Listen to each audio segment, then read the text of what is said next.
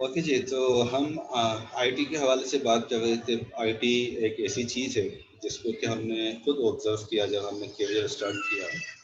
तो हमारे करियर में हमें ऐसे सीनियर्स टकराए जिन्होंने अपना करियर 90s में स्टार्ट किया। 90s में हम पैदा हुए थे, उन्होंने अपना करियर 90s में स्टार्ट किया था। ठीक है जी। 90s के बाद जब कंप्यूटर इन हुआ, आईटी ऑर्गेनाइजेशंस में इन हुई, तो उसके नतीजे में इतनी सीवियर किस्म की चेंजेस आई।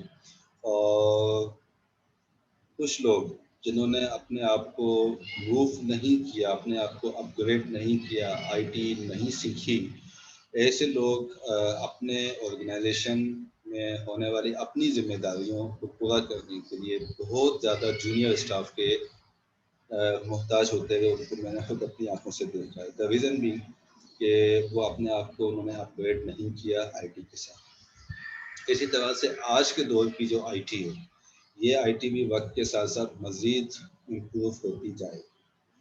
आज जो हम आईटी सीख रहे हैं, मैं आज जिस स्टेज तक पहुंच चुका हूँ, यहाँ पर बड़ा मुश्किल होता है कि नई चीज़ों के साथ जो है वो अलाइन किया जा सके। आपने आज तक जो आईटी सीखी है, आप आगे चलकर कुछ अरसे तक उसके साथ बहुत आसानी से अलाइन रहेंगे, बहुत आसानी से नई नई चीज़ों को तजुर्बा करते जाएंगे, एक्सपीरियंस करते जाएंगे, उनको सीखते जाएंगे। एक स्टेज ऐसा आएगा कि जहाँ पर आप रेजिस्टेंट हो जाएंगे नई चीज़ों को एक्सपीरियंस करने के, नई चीज़ों को अपनी लाइफ में इन करने के। अगर ऐसा हो गया तो ऑब्वियसली फिर जो नेक्स्ट 30 ईयर्स में जो या नेक्स्ट 20 ईयर्स में जो इवॉल्वमेंट आ जाएगी, जो चेंजेस आ जाएगी आईटी में, वो फिर प्रॉब्लमेटिक हो जाएगी आपके लिए भी, मेरे लिए भी। अगर मैं अपने आप को फर्दर उसके साथ अलाइन नहीं कर पाता, तो अगर नेक्स्ट 10 ईयर्स में जाके मैं जो नई टेक्नोलॉजी होगी उस पर मैं खुद काम नहीं कर सकता, बल्कि मैं किसी और का मोहताज होऊंगा कि वो मुझे काम करके दे। राइट जी। तो एक मैनेजर ने अगर कंटिन्यूस ग्रोथ करनी है, कंटिन्यूस उसने करियर ग्रोथ अपनी रखनी है, तो उसको उसके ऊपर ये लाजिम समझ लीजिए कि उसने हमेशा अपने आप को अपग्रेड रखना है आईटी के साथ।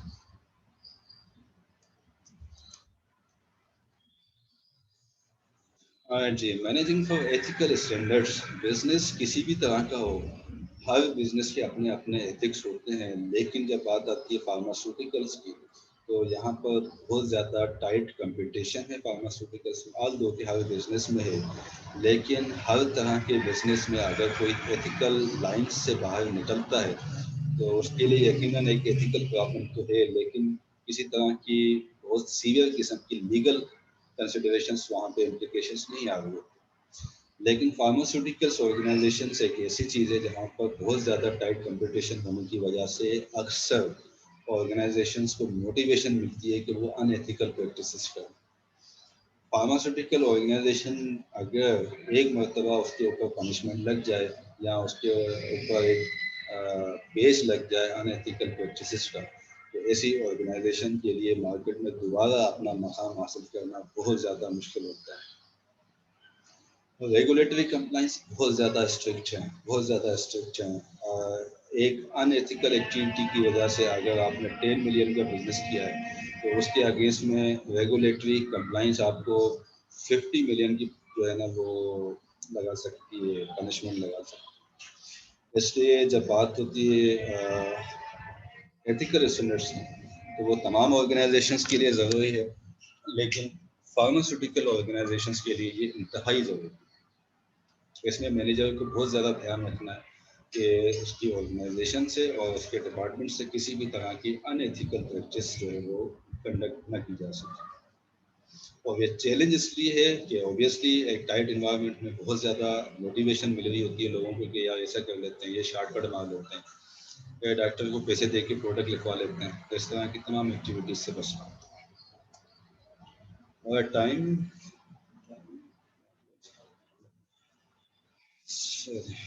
चलो ठीक है जी, तो यहाँ तक हम इसको रोकते हैं और नेक्स्ट सेशन में हमारी चंद एक स्लाइड्स हैं, उसको हम कंप्लीट करेंगे और कंप्लीट करके फिर आगे मूव कर जाएंगे। तो आप बताइए, कोई आपका सवाल यहाँ तक बनता है?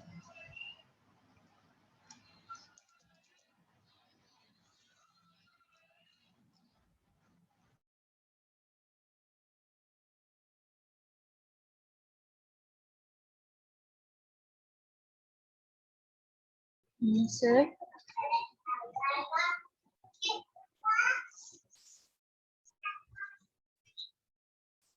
सर ये मैनेजिंग फॉर आईटी में ई कॉमर्स का क्या रोल होता है?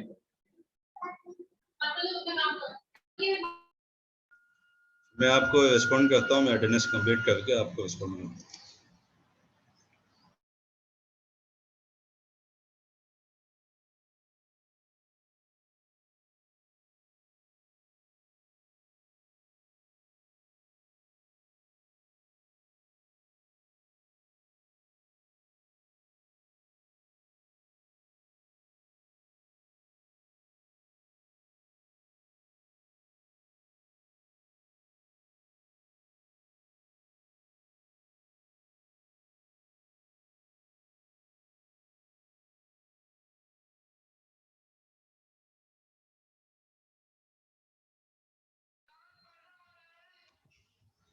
ऑलराइट जी, तो आपका क्वेश्चन ये था कि ई कॉमर्स देखें बिजनेस के लिए जितनी ऑनलाइन वेबसाइट्स बनती जा रही हैं। आपकी ये बैकग्राउंड नॉइस डिस्टर्ब तो नहीं कर रही? मेरी आवाज़ क्लियर है?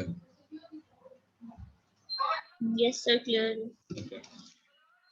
ई कॉमर्स से हमारा मतलब ये है कि पहले मार्केट जो है वो फिजिकली एग्जिस्ट करती थी, मार्केट्स फिजिकली एग्जिस्ट करती थी, अभी भी आज तो एग्जिस्ट करती है, ज़्यादा पोर्शन फिजिकली ही एग्जिस्ट करता है। लेकिन अब ये इन मार्केट जिसको हम डिफाइन करते हैं वो मार्केट अब इलेक्ट्रॉनिक्स मार्केट बनने लगी है। ठीक है जी, इसलिए पाकिस्तान में उसकी मिसाल है दराज डॉट पी के और दूसरी जो ऑनलाइन है। इसी तरह से डेवलप्ड कंट्रीज़ में ऑनलाइन प्लेटफॉर्म्स मौजूद हैं जहाँ पर कि बिजनेस डील्स की जाती हैं। अमेज़न इंटरनेशनल एक और बड़ी जो है वो एग्जांपल है, अली बाबा एक और बड़ी एग्जांपल है। इसी तरह से ये कंज्यूमर मार्केट्स हैं, इस तरह से इसी तरह की बिजनेस मार्केट्स भी एग्जिस्ट करती हैं, अब जिनको हम कहते हैं e commerce, electronic commerce, electronic business. Crypto currency भी हमारे पास इलेक्ट्रॉनिक करेंसी कॉमर्स की एक एग्जाम्पल है, जिसमें कि आप चीज़ें पेपर बेस से हट के डिजिटल करेंसीज की तरफ जा रहे हैं। तो इन चीज़ों को मैनेज करना, इसके अकॉर्डिंग अपनी ऑर्गेनाइजेशन को अलाइन रखना, टाइमली उसके जो बदलती सूरत हाल है उसके अकॉर्डिंग जो है जी अपना क्या नाम था, मोहम्मद साजिद जी, जैसे क्रिप्टो करेंसी सही कहा आपने। अब एक एग्जांपल अक्सर मैनेजमेंट में दी जाती है नोकिया मोबाइल फ़ोन की। आई डोंट नो कि शायद आपने सुना हो या नहीं सुना हो, लेकिन जब हम छोटे थे या हमने जब सेल फोन्स को मार्केट में एंटर होते देखा है, हम तो उस जेंडर से हैं जिसने कि सेल फोन्स को मार्केट में पेनिट्रेट होते हुए देखा है। आपको तो प्रोबेबली जब आप पैदा हुए होंगे तो आपको घरों पे सेल फोन मिल गए होंगे ऑलरेडी मौजूद। तो बहरहाल उस वक्त जब नोकिया एक सेल फोन था, एक सेल फोन कंपनी जो कि 2000 के एरा के आसपास किंग समझी जाती थी इस फील्ड की, सेलुलर डिवाइसेस की किंग समझी जाने वाली कंपनी थी नोकिया, और उसके पास एक से बढ़कर एक जो है ना आउटस्टैंडिंग प्रोडक्ट मौजूद होते थे। ठीक है जी, उसके बाद कोई अराउंड 2007-8 के करीब एंड्रॉयड लॉन्च हुआ। ठीक है, एंड्रॉयड एक सॉफ्टवेयर वर्जन था।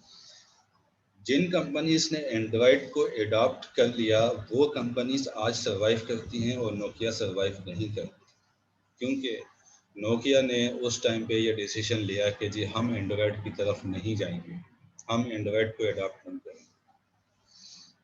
आल दो के एक एक फाउंडर कंपनी की हैसियत रखती है नोकिया सेलुलर कंपनीज में, फाउंडिंग कंपनीज, चीज़ों को ईजाद करने वाली, लेकिन आज उसका आपको मुश्किल से ही कहीं नाम नज़र आता होगा नोकिया।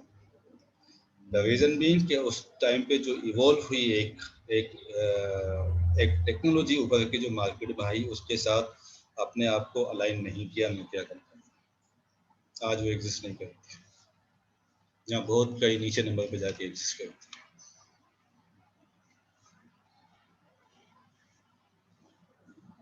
ठीक है जी, क्लियर है बात तो? Yes sir, thank you. Okay जी, एनी अदर क्वेश्चन?